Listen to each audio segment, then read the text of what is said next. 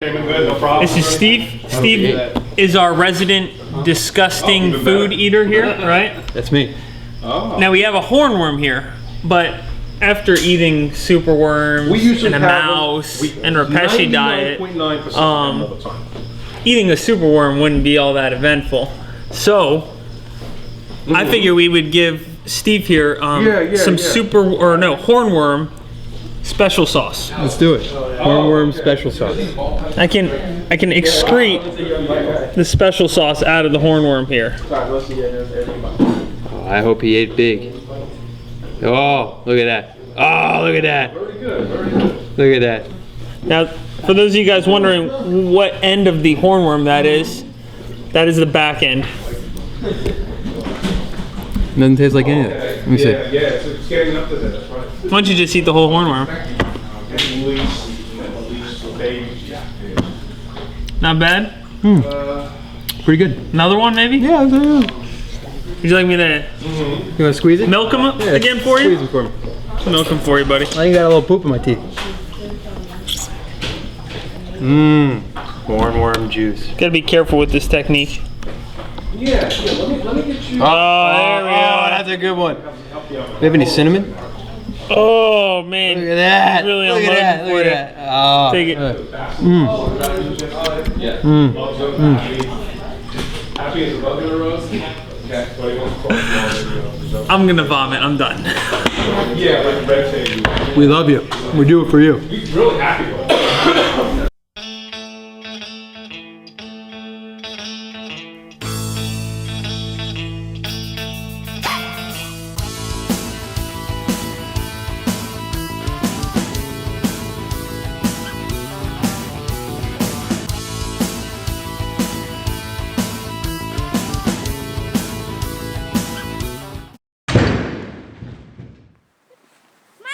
Welcome to 20 Minutes Underground, your weekly online reptile thing for reptile enthusiasts like you. That's why you're here.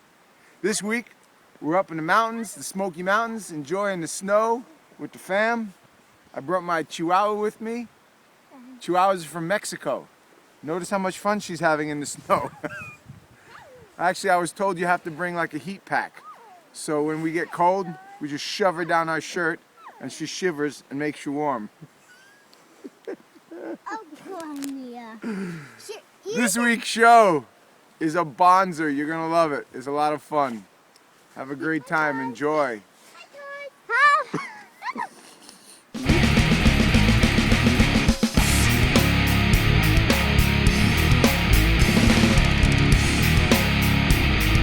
Okay, we had a lot of requests for videos on how to make a cage. Now, come look here. This is the finished product. I want you to see some of the details of the product. 1/2-inch mesh, stainless so it doesn't rot. The wood is PT, and these are 2x4s. We start out with 12 footers, and then we cut them down. 12 foot works best, so that way when you're cutting them, there's less waste. Look here. Some of the things that you're going to need. Hasps, keep the cages down.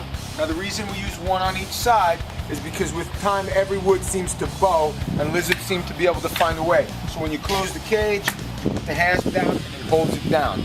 This one we kind of spoiled a little bit. We put a little handle on it just to be a little silly. Now if you look, very, very important here, look on the bottom. The wood on the bottom is laid flat, not on its side, and that's extremely important. Because when you climb in there, if you step on that and the wood's there, the screen then has no give. And it pulls off the wood and then you wind up with gaps. We're gonna show you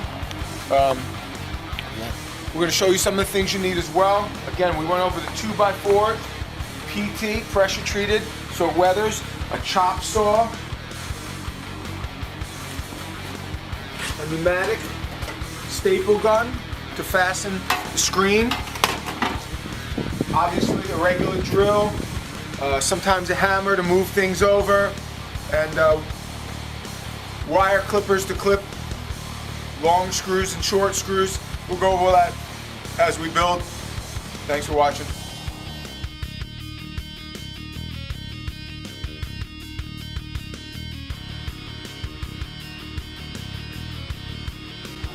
Okay, first part we're gonna build is the bottom base that we talked about. Look over here, and I want to show you. Now look here real quick. Here we pre-cut wood. Now, picture back. We're making multiple cages, so you don't have to do this. But when you're making multiple cages, it's good to pre-cut all the levels, the sizes of wood, and then you just assemble it. If you look over there, Austin right now is chopping the wood. That's called a chop saw.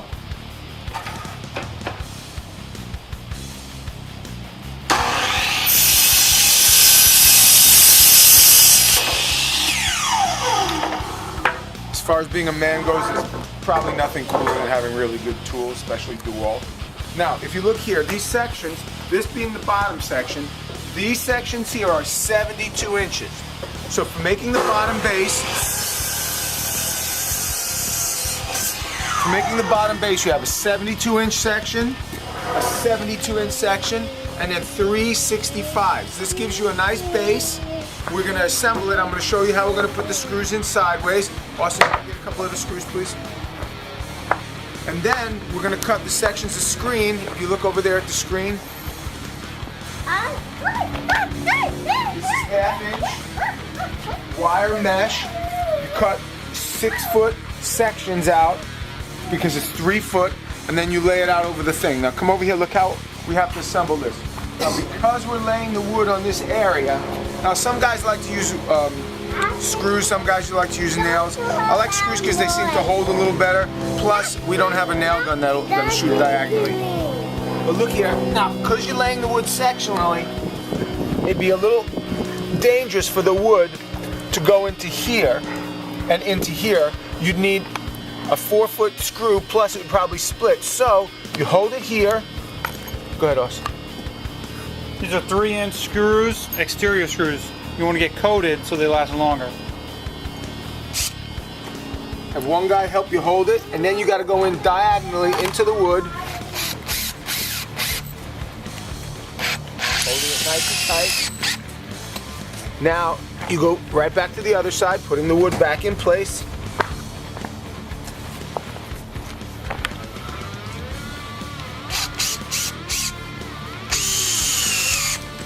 All right. See, now you do this on all your sections, and then we'll show you we'll show you how to build the sides. But I want to also remind you that when you're cutting your wood, if you're wise and you use the 12-foot pieces of wood, it's good. It gives you these scraps that are about a little over 1 foot long. Don't throw these out. You're going to need these later in building it, and we'll show you where they come into play. Big tool.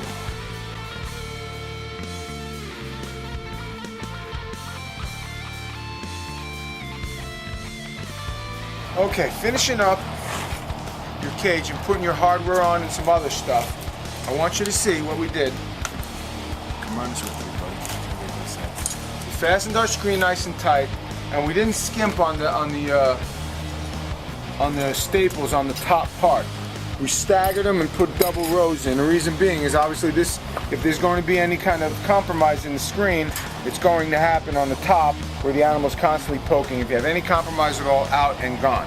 Now remember earlier we talked about the scrap wood. Took a piece of scrap wood, about 6 to 8 inch thing, and now what we're going to do is we're going to put it at the very end of the top toward the back. Screw this down right into the other piece. Nice and tight. Now, what that does, guys, is it acts not only as a stabilizer so your cage don't go wiggle, wiggle, wiggle, and then you wind up with gaps, but it also helps your hinge. Now, come around here. Let me turn this thing up. See how we put our hinges in? Now, we made sure that we got some exterior hinges, brass polished, oil polished so that they withstand some of the weather. And when we put the screws in, watch how you put your screws in on your hinges. I know it's hard to see, it's dark, but you tighten and don't over tighten, because the last thing you want to do is over tighten these things. If your hinges break, obviously more compromise and the animal can get out. You want the integrity of the cage being. Now look at the placement of our hinge. We didn't put it at the end, but we didn't put it in the middle, because this is also going to help keep this stable. Remember, you're dealing with wood. You're not dealing with steel or metal or anything like that. You're dealing with wood, so it will bow. And where you put these will also keep your stabilized, keep your bar stabilized. Now watch what happens. You screwed yours in, right? Austin is also going to go put your top in. Austin's going to get a little fancy on us. He's going to put the top on. He's going to put a little handle grip. Because when you're using 2x4, unlike if you're using a 1x2 or something small, this top's going to be really heavy. You got to be real careful not to hit yourself in the head with it. Sometimes just a little handle, a few bucks at the hardware store. As in, we get hit in the head all the time. That's So what we do. Okay, now turn it back. Come back around the other side, Bubba. Okay, so here's your finished cage, almost. Big, heavy 2x4. Now watch what. Show them that side, on this side here. Try not to get our heads hit. No, Bubba, come on the other side. Look, show this. look at this stopper that we got. Now it's a stopper that gives you good integrity, and now the wood itself is not only stopping it from putting too much pressure on your hinge, but it's also keeping your stabilized balance here. Now watch this, guys. Come here. This is a 2x4 top. Watch this. Imagine that hits you in the head. That ain't no joke. That's not an owie injury. That's a potential hospital visit. If you stitch it, it hits you in the back of the neck, it can do some damage. But look how nice and stable that keeps that. Okay, so completed cage here and here. You see what we do is we make the different levels, different sections. We make multiples of them. We cut the wood. In the video, you'll see a whole list of the sizes and how many and the quantities of the wood that you need to cut. Here's your. Remember, we kept this here so that you could put your hinge still on here and yet open it up. Come in the front. Look what we did with the. What we used was a special type of hasp because we had a little more overhang on this one. We could have accommodated by making this shorter if we wanted. This section here we could have made shorter, but since we did it and we wanted the hinge to be straight, we had a little bit of overhang, so we used a different kind of hinge that just folds over like that and can go back and forth. Perfect.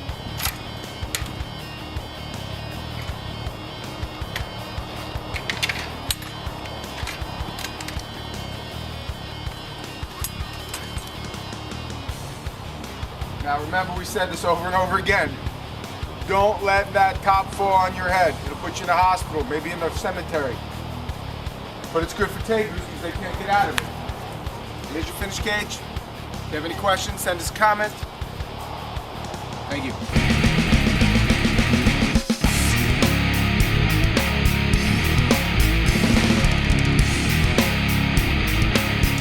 Hey guys, Ryan B here, Inbred Ned, holding one of our male Croc monitors. This is one of the animals that we have here. We actually have a pair of a male and a female. This is the boy. He's a little bit smaller. Our female's a little bit bigger.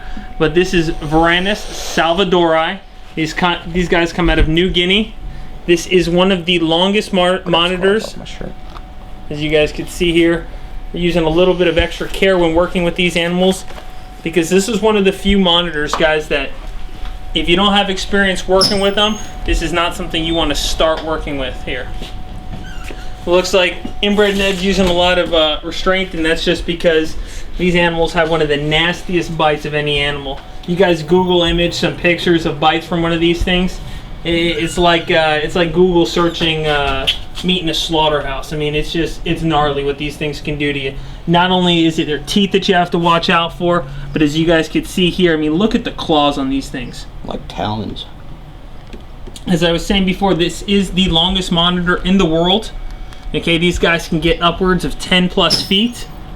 And you see here, they've got a lot of tail to them. All right. This tail can also be used as a weapon besides their claws and their teeth. They'll use this like a giant whip and just knock you around with it, especially when they feel threatened. But it's definitely one of our favorite monitors because of the size, because of the challenge of working with them. He got you, didn't he? No, we're good. Okay. We're good. See, I got to keep checking on Inbred just to make sure he's all right here. Gorgeous animal. I wish I can get him to open up his mouth a little bit here. I want to do it without. He's Very strong animal. As you guys can see here, try to get a close-up shot of its mouth here as he opens his mouth. If you look up some pictures of skeleton pictures of these guys, especially their mouth, those teeth are huge, like razor blades. There you go. Starting to open it up a little bit for you. Salivating. They'll send you to the hospital. Yeah, not only do you have to worry about just the initial bite, but we've actually had employees here that have just gotten nicked. I mean, like a shaving nick. And because of the bacteria in their mouth, because they're carnivores, wound up making them really sick. Had to go to a hospital to get some antibiotics. Great animal. Croc monitor, Varanus salvadori.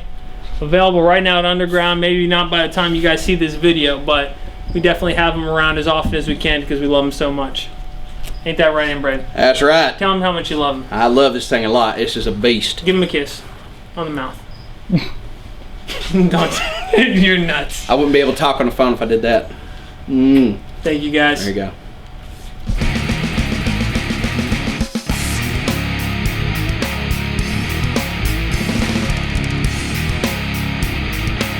Yo, Austin here at Underground Reptiles show you guys our Cadillac hot box incubators. You can see we got these things set up and they are cooking. We just set them up because it's springtime and we're looking forward to having all our tegu eggs. We got some females ovulating. Very exciting season here at Underground Reptiles. But as you can see, we got these guys set up, and these are from Hotbox, who we interviewed. You saw in our last episode last week. And they have multiple shelves in them. Swing open door, sealed all around the front. We got a light that turns on. And we have our probe coming right in this hole in the back.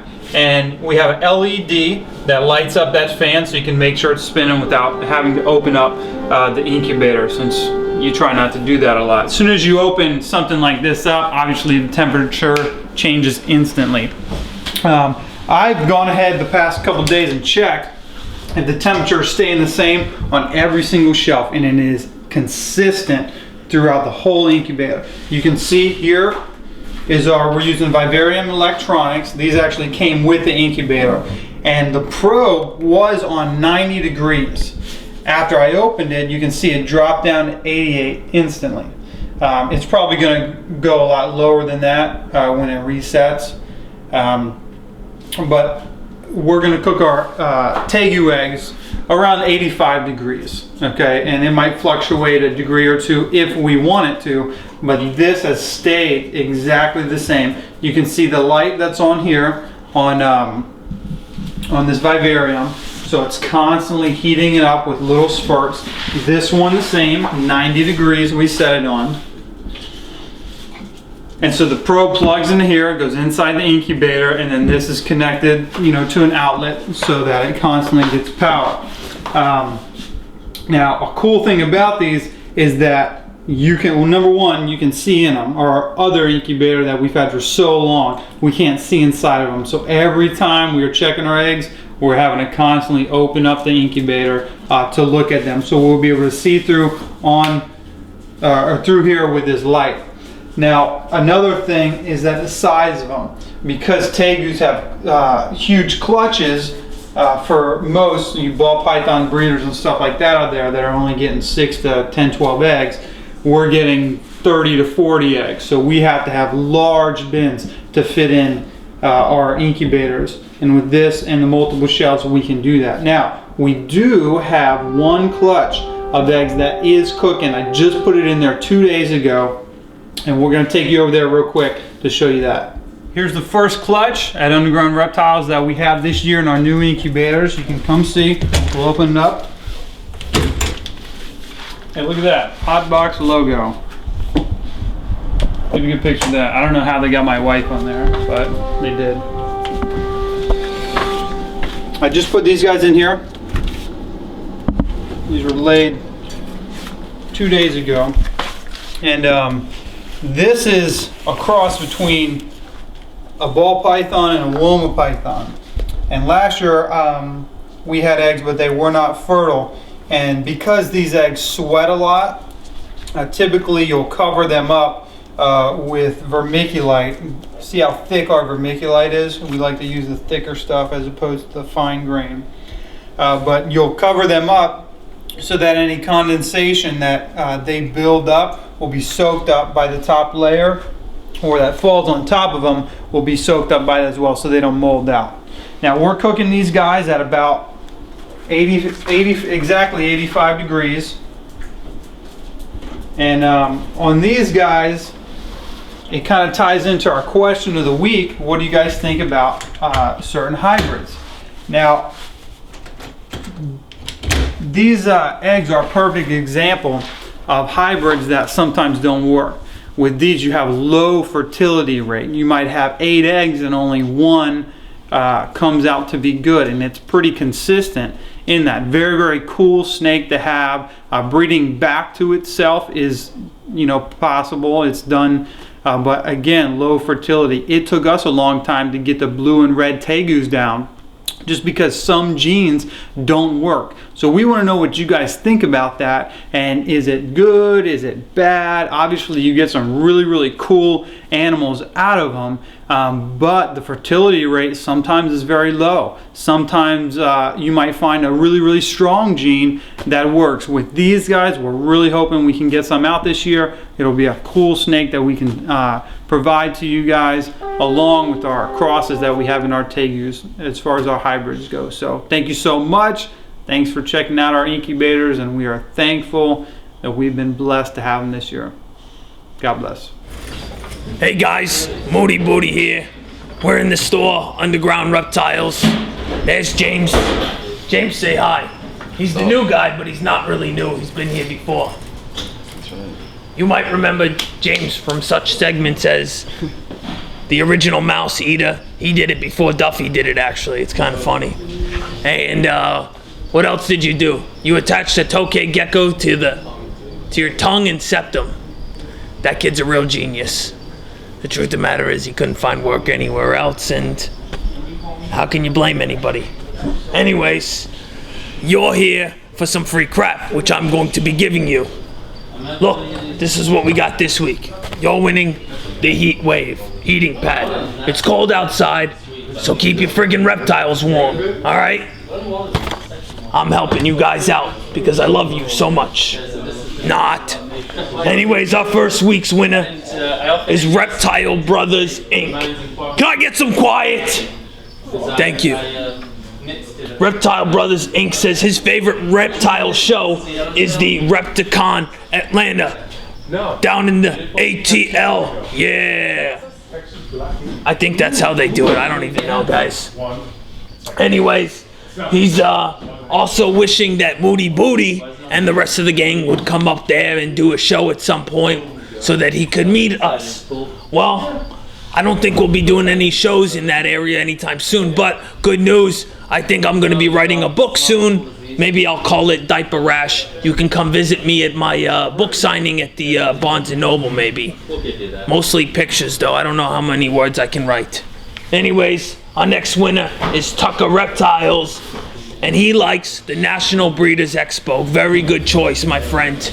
I too like the National Breeders' Expo in Daytona Beach, and you might be able to see me there and the rest of the gang, maybe Inbred Ned, maybe that owner guy. We'll probably have some tegus there. I'm thinking we're probably going to produce a lot of those this year, guys, so make sure you are anticipating seeing some of those there. Maybe some of those white pectinatas if we're lucky, who knows? The world's our oyster. We will definitely be there, and we will be bringing some awesome animals. It's a really good time. I know I love the National Breeders' Expo in Daytona. Only part that ever kind of weirds me out is the fact that Inbred is always asking me to go to the hot tub with him. I don't know why. Anyways, our next winner, JJ Reptiles 11. His favorite show is the Baltimore Repticon. He wishes that we were there, of course, so that he could meet us. Meet Moody Booty is what he really means. And evidently he says at this show they feature unicorns. I heard about those. I heard they're right next to the leprechauns and the Sasquatches over there. You nutcase. Anyways, he also says that he never gets free stuff. Wah, wah, wah. He always wants his free stuff. Why doesn't Moody Booty ever pick me? Well, you're picked. you're gonna get the heat wave, the heating pad. Alright? And maybe in the future, you should stop nagging me about getting your free crap like my wife always nags me. I'm kidding, honey. Don't hit me. Now get out of here. Thanks for watching. Again from the mountains here. Smoky Mountains. Salamander hunting. Can't find nothing. Still too cold. Good show.